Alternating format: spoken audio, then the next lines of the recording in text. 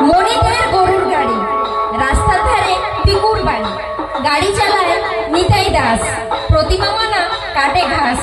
হাট বসেছে শুক্রবারে, অনিমার বাড়ির ধারে, জিনিসপত্র জুটিয়ে এনে